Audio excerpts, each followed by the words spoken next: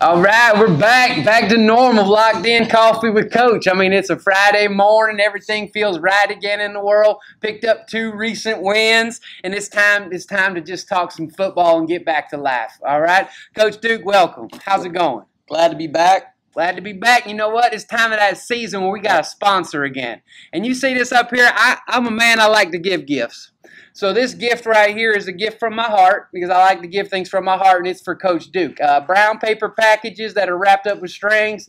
Yep, this is one of my favorite things. It's true. So, Coach Duke, I got a present for you, and I think this present is perfect for this time of year because it's time to cinch it up and get busy. So open that up there, Coach. Tell me what you think. Some fancy wrapping right here. I like to wrap gifts. It's one of my things that I do. It's better to unwrap a gift. It feels like Christmas morning. All right. Oh. A little leather belt action. We got a belt. This is Horween leather. If you know good leather, this was made by one of my friends in College Park. Okay. He now makes knives. His name is Ed. He got a 2-year waiting list for his fancy knives in College Park. And this belt here is black. It's got red trim on it. Everything handmade right here in College Park. I love this belt. But Mr. Lesher don't wear it anymore, and I'm trying to become a minimalist like all the cool people. So I passed this belt on to Coach Duke, and I'm hoping he can take this belt. I'll wear it tonight. Now, thank you, Coach. That'd be amazing. I wear a 35 on my waist. So Coach might have to cinch it up a little more than me. And I hope he don't mind a hand-me-down, but I grew up on hand-me-downs. I love me some hand-me-downs. And if he needs to punch a new hole in it, he can get that done. We can make that happen. Right. But we got a new belt for tonight. Cinch it up tight. Now, at halftime, if we're not winning, I'm going to change belts. I'm going to go back to my original. I understand. But I used to be you superstitious guy? To a point, yeah. I am. You don't mess up things when you're undefeated. So I'm going to tell you a dirty secret. Okay, Coach? I played college football. I played on full scholarship. You know that, right? And when I was in college, I had 1 pair of socks, and I would wear them all season long, practice and games, and I would never wash them. They could stand up in my locker. That's what probably that smell is right now. It might still be my feet. Yep. My feet might have that smell ingrained in them. But that's a true fact. And then in my one shoe, I had a 4-leaf clover that my mama found me, and it was underneath the sole of my shoe. And in the other shoe, I had a half-ripped dollar bill that me and one of my friends ripped in half one night, and it said "Cowboy Up" on it. And that was me every game, all the time. I just heard a quote about specialists. Kickers, punters, long snappers. They're not going to play 60, 70 snaps. They're going to play minimal snaps, but they got to be like an assassin. That's right. So if you're an assassin, you got to have some. I need pressure. Yeah. I love that pressure. The pressure feels good. There you go. Pressure builds diamonds. Don't they say something like that? Yeah. So presents. Give yourself a present. No, give yourself a present by give someone else a present. Let's say that. So I say that's a good sponsor for this week. Find somebody to make them smile. Give them a present. All right? So, Coach, let's talk a little bit about these 2 games we had. They were both last week, right? Were they Monday and Thursday? Yeah, Thursday and Monday. Timber Creek first, Coach. Give us a minute about Timber Creek. Timber Creek came here last Thursday. I thought it was a very good team win. We won 40-0. We practiced Tuesday and Wednesday of the week, coming off Hurricane Ian, so minimal practice days. I thought our guys prepared extremely well. I thought it was a very mature win, and just the minimal preparation time that we had. But it was a great night for Edgewater against a good Timber Creek team. They had beat Dr. Phillips this year. They have coaches that have been there a long time that know what they're doing, and I think it's a good team. And we were able to kind of click on all cylinders, offense, defense, and special teams, and come away with a big win last Thursday. The first of the 3 games in 8-day stretch. Then the Monday game, you want me to go ahead and go to the Monday game? Go for it. It's your time. So fast turnaround. We practiced Friday. We gave the guys Saturday off. We practiced Sunday, and then we turned around and played Monday at Wekiva, who was, very easily, when you look at, we have all their films. When you watch their film, they easily could have been undefeated. Very talented team, and a district game on Monday night at their place. So fast turnaround, minimal prep time. We were able to go on the road and secure a win, 14-6. Thought defense played lights out offensively. We had some guys get nicked up. Thank God it's nothing, crazy serious, but some guys that had to, some next guys had to step up and play on the offense side of the ball, and I thought they did a great job. And to go against a good opponent on a fast turnaround district win at Wekiva, 14-6, another team win. I thought it was a great culture win for our program. to put us at 7-0. And then, of course, tonight we head to Ocoee and play the 5-1 Ocoee Knights. So you think about this, 3 games in 8 days. That is tough, and these are all quality opponents. It's been a grind, but it's been a good grind. We're going to keep grinding. We got to grind tonight. Ocoee Knights. We're going to talk more about them in a few minutes. But, Coach, let's lighten it up for a second because I'm all about creativity, and I've been thinking about some fundraisers. I got a coffee with Coach calendar that I'm working on. We're gonna see if we can make it fly pretty soon. We're gonna unveil that idea soon. I'm trying to raise some money because as a creative director, I'm trying to get some money to do some good things for our kids and our school. Like I think we need some new pop-up tents.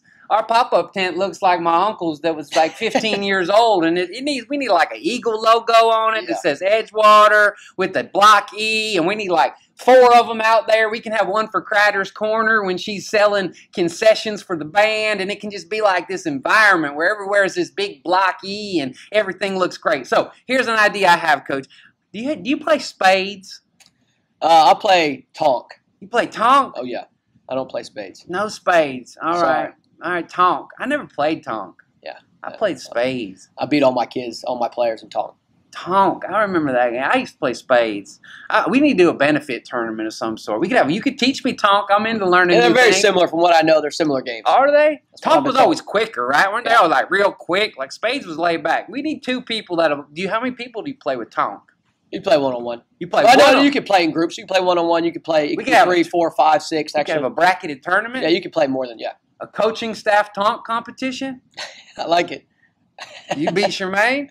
I'll take his money. You'll take his money? Dang. I don't know if I'm allowed to say that, but.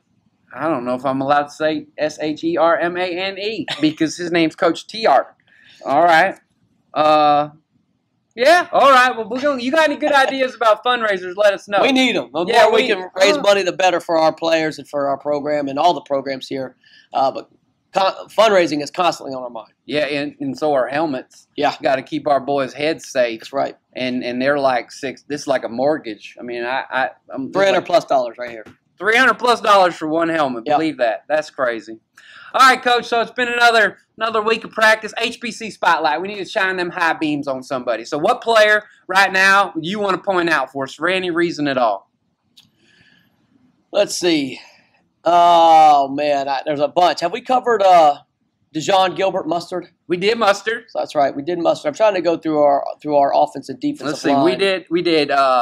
We did Bailey Stokes, our kicker. Let me move my paper clip. I got to keep organized. We did Bailey Stokes. We did Mustard. We did 44 Cordell Lima from a memory. We did let me see here. We did the double nickels. What's his name? Michael Pedro. Michael Pedro. We did him way back. We did Chase Carter. And that's it. Yep, Mike Pedro, Chase Carter, Cordell Lima, Bailey Stokes, and Mustard. I got one. We'll look at. He actually came over from Timber Creek High School after his sophomore year. Another senior who I think is doing exceptionally well this year on and off the field. It's number 19 defensive end Corey Austin. All right. Corey's a great student. He's been a great addition to our program in the last couple of years.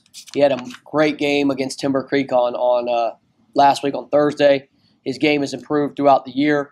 But what I really enjoy about Corey, he's a great young man. He's respectful to his teachers. He's a great teammate. He loves his teammates well. I think all of that correlates into him having a phenomenal senior year for our defense that's been stout. He plays on the defensive line, coached by Coach E.J. Dunston and Charmaine T-Art. They've done a phenomenal job with his development. He was one of our captains last week. Number 19, Corey Austin, about 6'4", 240 pounds. And his game this year has gone to another level. Not surprised because of his work ethic, how he treats people, how hard he works in the weight room, how hard he works in the classroom. My guys always hear me say this. It all correlates. And so him having a great year and our defense really doing some great stuff, not surprised. Corey Austin, number 19. Corey Austin, number 19. I love that. He seems like a good boy. I like it. We got to settle some business from last week, Coach. All right. Last week, Coach Duke said that the last payphone in America was taken out. And I got to researching. And then the Coffee with Coach Nation got involved. And some people started sending me some messages. And I got this message from one of our are secret fans. And this secret fan said, let me see here. What did she say? She a fun fact for Mr. Duke. Valencia's College Osceola campus has a payphone immediately inside the lobby doors of Building 2. I've never seen anyone use it, but it definitely exists. And we got a picture too, Coach. There's the payphone. Okay, there it is. There it is at Valencia. So we got at least one payphone in America. What about outside? Outside, okay. So I would like to propose a few things. I read an article that says there are still more payphones in America than McDonald's. Oh, so I'm way off. That's what it said. Okay. I don't know. I don't believe everything I read on the internet. That's a good thing to remember. Don't believe everything. Make sure you get credible sources. So I believe in people. So what I'm going to ask you to do is this. My Coffee with Coach Nation. Every payphone that you see, snap a picture of it for us. And when you snap a picture of it, I want you to email it to Cameron.duke@ocps.net, okay? You don't have to put any words in it, nothing, okay? We just want to see your payphone pictures. If you want to send it to him, it would be most excellent. Cameron, Cameron.Duke, D-U-K-E, @ocps.net, okay? See what we can come up with. We got one picture of a payphone. I'd like to see how many we can get, okay? And for every payphone picture that Coach Duke gets, I'll donate $5 to the football program towards a helmet. How's that? Deal? Deal. Deal. Okay. So that means we get 100 pictures, $500. I buy a helmet and a hat. There you go. That'd be something else. And it can't be the same payphone. Don't be playing with me. Okay. So we got through that. Cameron.duke@ocps.net. Remember that. All right. Send in your pictures. All right. Eagle Family Fact, Coach. One of them adults that's around you in your army of coaches that you want to point out. Anybody that's helping you. Last week, we did Eagle Family Fact. We did Coach Jameson, our offensive line coach, and Coach Jameson, he's a man that I love. I love his softer side. I'm still waiting to kind of see it a little bit more this year. And it's there. It's there. Have we got it yet? Because we have those goals. I still have them. They're on in my file. I keep them in a filing cabinet. I got them goals, and I remember what they say. Yeah. And we got some coming up. I've still seen a lot of black from Coach Joyce. It's pink month. Can't he wear pink and black? Looks good together, Coach. All right, so I nicknamed Coach Jameson Peanut because he's like a little peanut to me, and he's from Georgia, okay? Nice. So Coach Jameson nicknamed Peanut to go with Meyer, Medea, Smooth Tea, the Great Bambino, Coach Yogi, and Peanut. So this week, who is it, Coach? You know, I think we're going to spotlight two people because they're in the same department that work with all of our athletes, but during this time of year, 3 games in 8 days. We're going on game 8 tonight. I cannot talk. They're the most important people, I think, in our program. They do such a great job. That's our athletic trainer, Melissa Belcher and Tom Coupart. Melissa Belcher's full-time with Edgewater High School as the athletic trainer, the head athletic trainer for all of our sports. Unbelievable does what she does. She's takes her job very seriously. She's great with our student athletes. She's a medical professional. She's the best I've ever been around in 19 years coaching, along with Tom Coupart, who spends at least 20 hours a week, probably a lot more than that, at Edgewater. He's full-time with Cora, but they have a contract with OCPS and Edgewater High School. And Tom's been here all 6 years that I've been the head coach, and Melissa's been here, I think she came in 18, so 5 years. And they are great. They, who our players see when they have injuries or bruises, nicks, all that, they do a great job of taking care of our athletes, getting them recovered. If they need to see a doctor, get in and see our team doctor, Dr. Keys, who's exceptional as well. But I think the world of these two. They keep our players healthy. They're kind people that work really hard. We aren't where we are as a program without our athletic trainers, Melissa Belcher and Tom Coupart. And they're part of the entire athletic department. But this late in the season, with the schedule that we've had, thank God we have the best athletic trainers, I believe, in the state of Florida, if not the country. That's Melissa Belcher and Tom Coupart. That's right, excellence. That's some Eagle excellence for you there, okay? And a lot of Eagle kindness, too, because those people give up a lot of their free time from their families and their lives, which is time is worth everything. So, all right, Coach, let's just move on to X's and O's, because some of these people that watch these games, they don't even know football at all. So let's talk a little bit about down and distance. Like from an offensive perspective, like when we talk about first down, second down, third down, what are we trying to do on first down as a general football team? Well, it's you're trying to move the change and get first downs, of course, to score touchdowns. First down, we always want a good play. We always say a good play is 4 yards or more. We never want to have negative plays or things that hurt you in football or on offensive football or negative plays. That's when you actually go backwards, and that can either be because of a penalty or because you get tackled behind the line of scrimmage, of course, and turnover. So, first down, you don't want to have any negative plays. You sure as heck don't want to turn the football over, and a good play is 4 yards or more. Then that puts you in 2nd and 6, right? So now you're in a 2nd and 6 situation. That really opens the playbook, run or pass, what you're able to do. You like to be able to be 2nd and medium.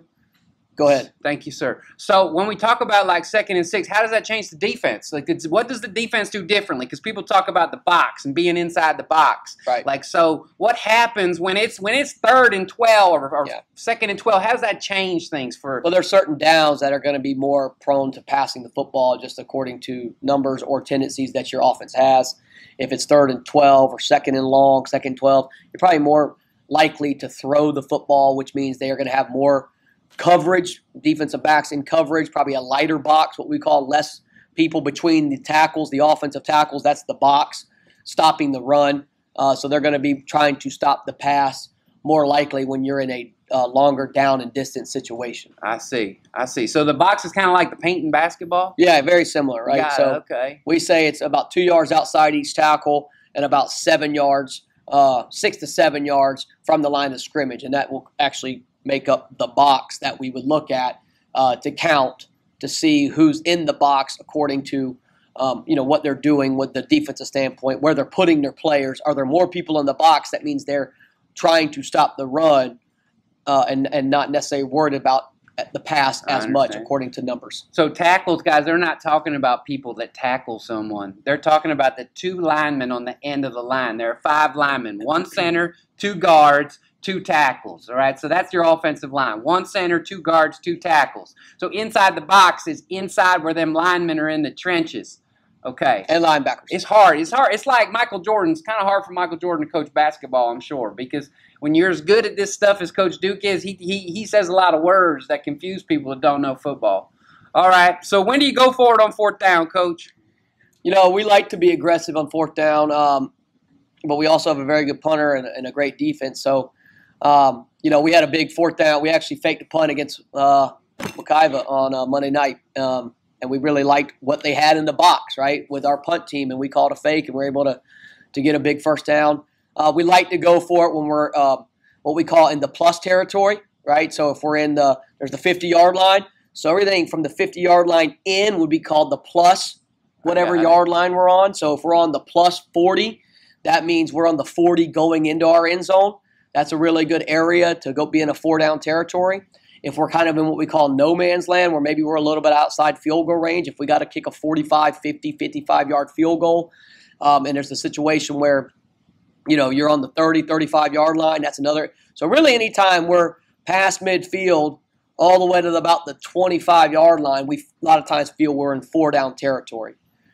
We know, but that's all situational. That's also feel, kind of how the game's going, because you can be in that area too, and you know that if your punter can pin them inside the 10 and your defense is playing really good, which ours is, you'd like for them to give our defense, make them go a long way, their offense. So, but we do like to go for it on 4th down. We always want to be aggressive in how we call a game offensively, but we also want to be smart. I understand. That's nice. I like that. That's good for X's and O's. Let's stop there. All right, next up, letter for Coach. All right, we got a letter from Emma L. And she says, Coach, do you like dogs? Love dogs. And if you were a breed of dog, what kind of breed would you be? Pit. You'd be a pit bull. Yeah. Okay, I can kind of see it. Yeah. Yeah, okay. I like that answer, Coach. All right. Okay, Coach Duke the Pitbull. All right, I got a nickname there. I'm digging it. All right, so we got a team tonight to play. These are Coey Knights, and I don't know if they got Lancelot or King Arthur or what they got going on, but let's get the 4-1-1 on the Knights, Coach. 5-1, talented team. Had a lot of transfers coming this year from different schools. It kind of usually happens each year to a school somewhere in the county where, your school used to be that school, Dr. Phillips. That's right. But look, the coach has done a great job. They got a lot of good football players. They got Division I wide receiver number 3, a Division I defensive end number 7. They got a quarterback that's dual threat number 4. He can run it and throw it. They got really good team speed. I think number 1 and number 5 are their starting corners. They're good, athletic, long defensive backs. I think they got guys that can make plays on the offense side of the ball. We got to go win in special teams tonight. That's going to be big. We got to limit the big play that their offense wants to do. They want to throw the football. They want to get the ball to number 3 and number 1 when they can. And then they'll do some good stuff in the run game too. They run power. They run counter. And I believe they're going to try to go tempo. So I think they're going to try to go fast on their offense. So we got to get lined up right defensively. And I think offensively we got to protect the football. We got to win the turnover battle tonight. And we got to go get after them with our offensive line and make sure we stay in front of the chains. Means no negative plays and take our explosive shots when we know we got them. So it's going to be a good one. They're 5-1. They just had a big win last week, an overtime win against Winter Park, who was undefeated. So they're coming in with a lot of momentum. We're excited for the opportunity. I'm excited too. I'm excited to see this game. I'm gonna be there. I'm gonna be standing in my spot. Every week, Coach, I see something that kind of makes me like happy, and our old principal, Dr. Shanoff always used to make fun of me because I cried, but I shed a quick tear this week because one of my favorite things I saw this week, and I try to do something that I see every day that makes me happy, that makes me see what life is all about. And my moment this week, one of them at least, was when I was walking. I had to go to the restroom, and I had to wash my hands and get some water. And I saw before practice started, Coach Duke's dad always walks around the track, Papa Duke, right? And Coach Duke was walking with him. And I could tell Coach Duke was in his pit bull walk. He had his head forward, he's going fast, and Dad's trying to keep up. I think they both had whistles on, and he was talking football with his daddy, talking about this and that and all this kind of cool stuff. And it just made me happy. I just thought it was like, what a good thing for a dad and a son to be able to talk football, walk around a track, go to practice, have something to connect with. Just made me happy. So I wanted to share that. He's a good man, full of wisdom, and I'm very fortunate to have a great father who's been a great model in my life. And he was walking the track, and we had played Monday night, and this is Tuesday, and we just were kind of recapping some stuff, and it was a good lap. That's good. It's a good lap of life. Every lap's different. I hear you. So, Coach's crystal ball. Here we go. 3 games this week, Coach. Penn State versus Michigan. Michigan. Whew. I'm going to tell you a fun fact about Penn State, Coach. You ever been there? I have not been to Happy Valley. State College, right? Happy Valley State College, whiteout, all this stuff. The Penn State Creamery. If y'all ever go to Penn State University, they have, from what I hear, and I've tried it, okay, what people say, the best ice cream in the world. Really? They have their cows there because, in Pennsylvania, people love ice cream like you wouldn't believe. Cheese too, right? Yep. So, but at the Penn State University Creamery, I guess they don't have to use preservatives. So their ice cream is because they have their cows right there. But if you ever go to Penn State, try the creamery. And let us know what you think, okay? But I hear a lot about that creamery. I wanted to mention it because it's a nice fun fact. Coach Hollahan wants to get the Happy Valley. Yeah, he knows about it. He likes it. Coach Hollahan talks about that a lot. Okay. So you took Michigan, you said? Yep. Michigan. Okay. Next up, Alabama versus Tennessee. It's at Tennessee. Tennessee's rolling, but can't bet against Coach Saban. And I know their quarterback's iffy, but I'm going with Alabama. All right. I like that. And the last one, Clemson versus Florida State. You name the spread, Coach. Florida State's had 2 tough losses the last couple of weeks, but it is Saturday night in Tallahassee. It's a tough place to play when Doak Campbell's rocking. I'm going to say Florida State. I think the spread was like 3.5. Florida State's going to cover. I'm going to say Florida State with the upset win. Florida State with the upset win. So we got 3 games. Coach took Michigan over Penn State. Coach took Alabama to deal with Tennessee. And then Coach took Florida State with the upset win over Clemson. I'll take the opposite side of it, Coach. All right. And we need a bet. What you got? First play. Horizon. First play Horizon. All right, and if I win? If you win, what you want? Let's see. You made me some great jambalaya. That was awesome. I can cook. What else you got? What else is in your repertoire? I make macaroni and cheese. I make baked breaded catfish, a little on the healthy side of catfish. I make some really good. I make a gumbo. Let's do gumbo, man. Okay, I'll make a gumbo. All right, I'll do it. Gumbo sounds good to me. Deal. All right. Oh man, so I might be in trouble. I'm getting nervous. I like cooking, so it's good. All right, so here we go. We got our clock out, because we're Swifties here. We got 15 seconds, then we're going to start. And I think that Coach embodies this, and I want to hear him talk about work ethic. All right, so 60 seconds of Coach's wisdom on work ethic and all that. Go. I tell our guys all the time, there's no magical dust I can give you to maximize the results that we want. You have to work hard. It doesn't guarantee success. It's just going to make it much more likely that you will be successful if you work hard. I think God's called us to work hard in everything we do. I tell our guys, no matter whatever you're doing, work at it to the best of your ability. Football, school, your relationships with your family. I think all of that, not just with football. I think work ethic and how hard you work at things should embody who you are, and not just with sports, but in the classroom and how you treat people. Work hard at being kind to people. Work hard in being a good son to your mom and dad. Work hard on the relationships that you have with the people that you love. I think everything that you do, you should put your best foot forward and work at it to the best of your ability. I think we're called to do that, all of us. And there's no substitute for hard work.